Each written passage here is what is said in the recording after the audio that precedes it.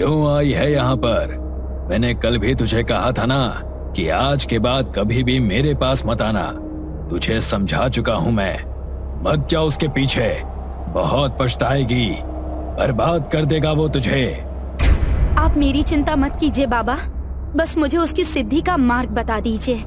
एक बार वो मुझसे प्रसन्न हो गया तो मेरी जिंदगी बन जाएगी। जो सपने मैंने अपने लिए इतने सालों से देखे हैं वो सब पूरे हो जाएंगे। ठीक है, अगर तेरी यही जिद है तो फिर यही सही, लेकिन अगर इसके बाद तेरे साथ कुछ भी ऊंच नीच हुई तो मैं तेरी कोई मदद नहीं कर पाऊंगा, क्योंकि तू उसे अपनी इच्छा से बुला रही है।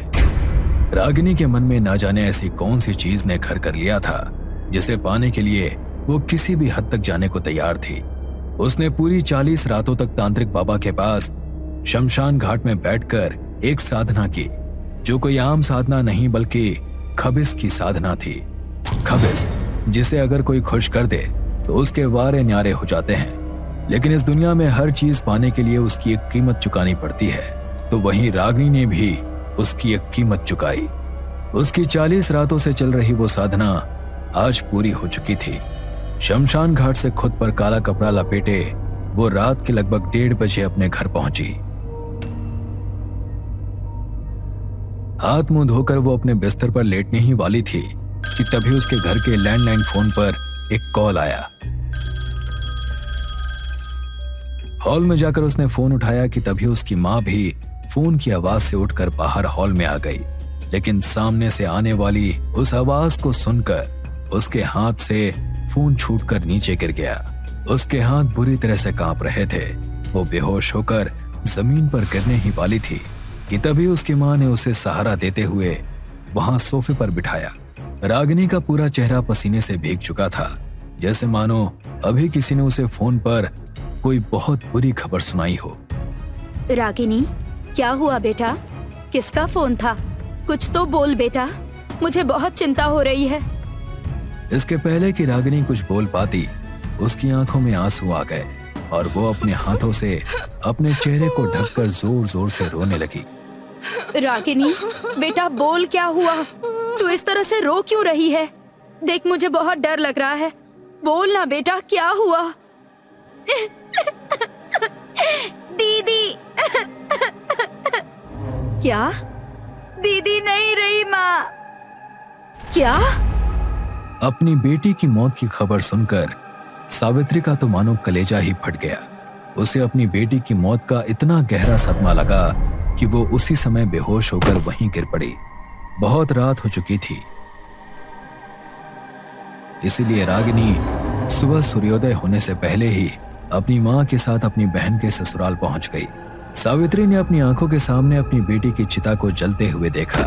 किसी भी माता पिता के लिए इससे दर्दनाक शायद और कुछ भी नहीं हो सकता।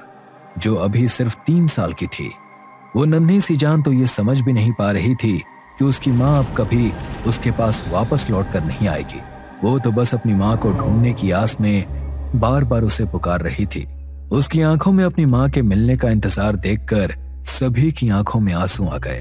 तभी सावित्री ने कहा, न जाने अचानक मेरी लाडो को किसकी नजर लग गई। इतनी कम उम्र में मेरी बच्ची हम सबको छोड़कर चली गई। मुझसे तो इसका मासूम चेहरा देखा भी नहीं जा रहा। किस तरह अभी भी अपने माँ के आने की आस लगाए बैठी है। बिन माँ के किस तरह बड़ी होगी हमारी बच्ची। माँ, कहते हैं मासी माँ जैसी होती है। हाँ, मैं जानती हूँ कि हर लड़की के अपने शादी को लेकर बहुत से अरमान होते हैं, लेकिन दीदी के चले जाने के बाद अब मेरा पहला फर्ज यही है कि मैं दीदी की जगह शैली की माँ बनकर उसे पालूं। क्या तू ये क्या कह रही है बेटी? ये बात कहनी जितनी आसान है, निभानी उतनी ही मुश्किल है। तू एक बार अच्छी तरह से सोच ले। मैंने सोच लिया है माँ। दीदी के जाने के बाद शैली को अब दूसरी माँ की जरूरत है, और किसी सौतेली माँ पर मैं अपनी शैली के लिए भरोसा नहीं कर सकती। इसीलिए मैं ही ये करूंगी। नहीं रागिनी, देखो, मैं तुम्हारी भावनाओं को समझता हूँ, लेकिन मैंने हमेशा सिर्फ निशा से प्यार किया है। भले ही वो हमेशा के लिए मुझे छोड़कर जा चुकी है, लेकिन फिर भी मैं किसी और को अपनी जिंदगी में आने की इजाजत नहीं दे सकता। मैं अपने मरते दम तक निशा से प्यार करता रहूंगा। और बात रही शैली की, तो मैं उसे खुद पालूंगा। और तुम्हारा भी जब मन करे तुम शैली से मिलने आ सकती हो, लेकिन मैं ये शादी नहीं कर सकता। विक्रम की बात सुनकर रागिनी कुछ नहीं बोली। रागिनी और उसकी माँ कुछ दिन अपनी बहन के घर पर रुकते हैं और माहौल थोड़ा शांत होने के बाद अपने घर पर लौटकर आ जाते हैं।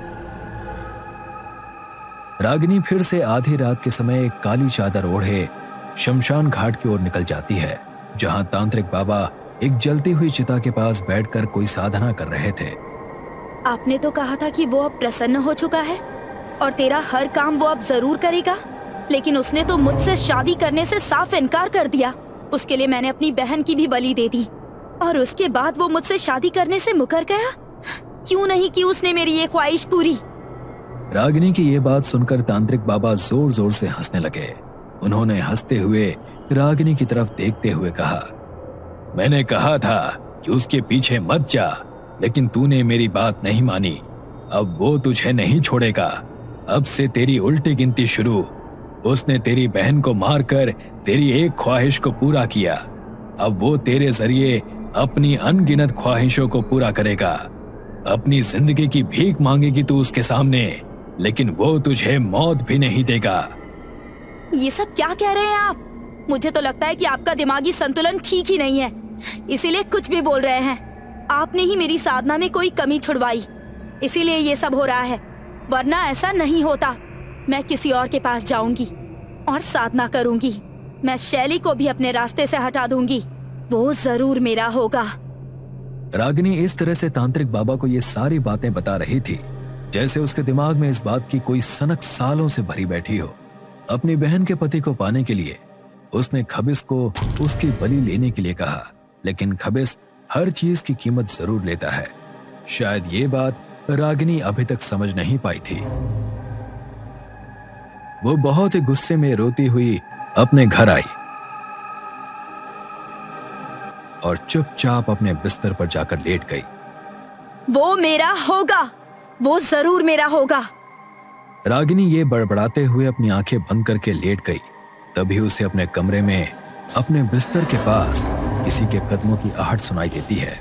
रागिनी ने जैसे ही अपनी आंखें खोली तो उसने देखा कि उसके कमरे की जिस खिड़की को अभी थोड़ी देर पहले उसने बंद किया था वो खुली हुई थी और उसके कमरे की दीवार पर कमरे की खिड़की से आने वाली चांद की हल्की हल्की रोशनी पड़ रही थी। लेकिन जैसे ही उसने ध्यान से दीवार की तरफ देखा तो उसे दीवार पर एक बेहद ही भयानक परछाई दिखाई पड़ी जो लगातार चलती हुई उसी की तरफ आ रही थी। इससे पहले कि रागिनी कुछ समझ पाती, उससे पहले ही वो परछाई मानो आकर उसके शरीर के अंदर समा गई। रागिनी अपने बिस्तर से उठने की कोशिश करने लगी, लेकिन उसका शरीर बुरी तरह से अकड़ चुका था। वो लाख कोशिश करने के बाद भी खुद को हिला डुला नहीं पा रही थी। वो मदद के लिए अपनी माँ को पुकारने की कोशिश कर रही थी, लेकिन डर के मारे उसके गले से उसकी आवाज तक नहीं निकल रही थी कि तभी उसके कानों में उसे एक बड़ी भयानक और दबी सी आवाज सुनाई देती है। अब तुम मेरी हो, मैंने तुम्हारी एक इच्छा पूरी की, अब मैं तुमसे अपनी सारी इच्छाओं को पूरा कराऊंगा।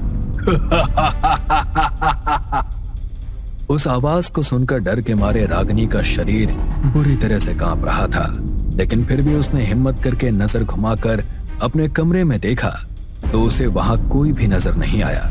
लेकिन तभी उसे अपने शरीर पर एक असामान्य बोझ महसूस हुआ।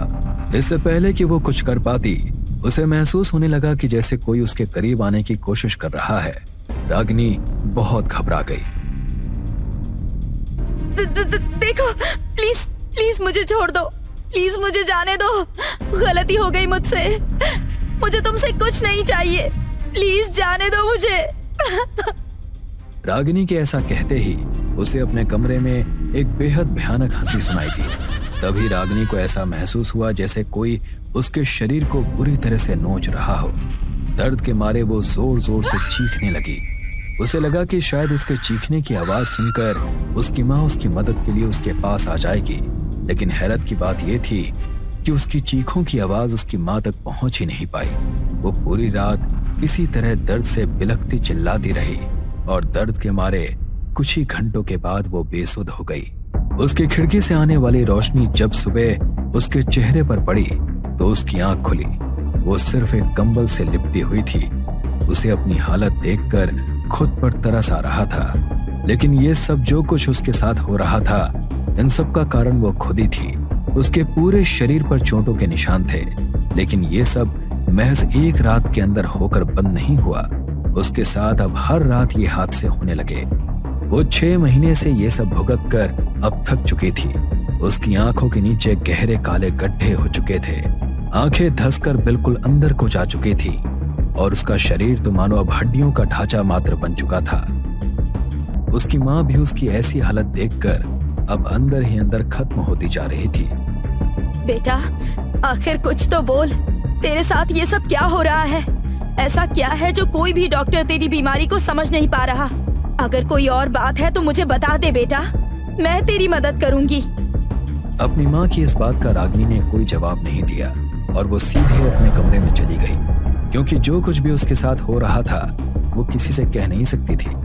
उसने अपने कमरे के दरवाजे को अंदर से बंद कर लिया। रात बीती। रागिनी की माँ सुबह नाश्ता लेकर उसके कमरे की ओर बढ़ी। उन्होंने उसके कमरे का दरवाजा खटखटाया, लेकिन दरवाजा अंदर से खुला हुआ था।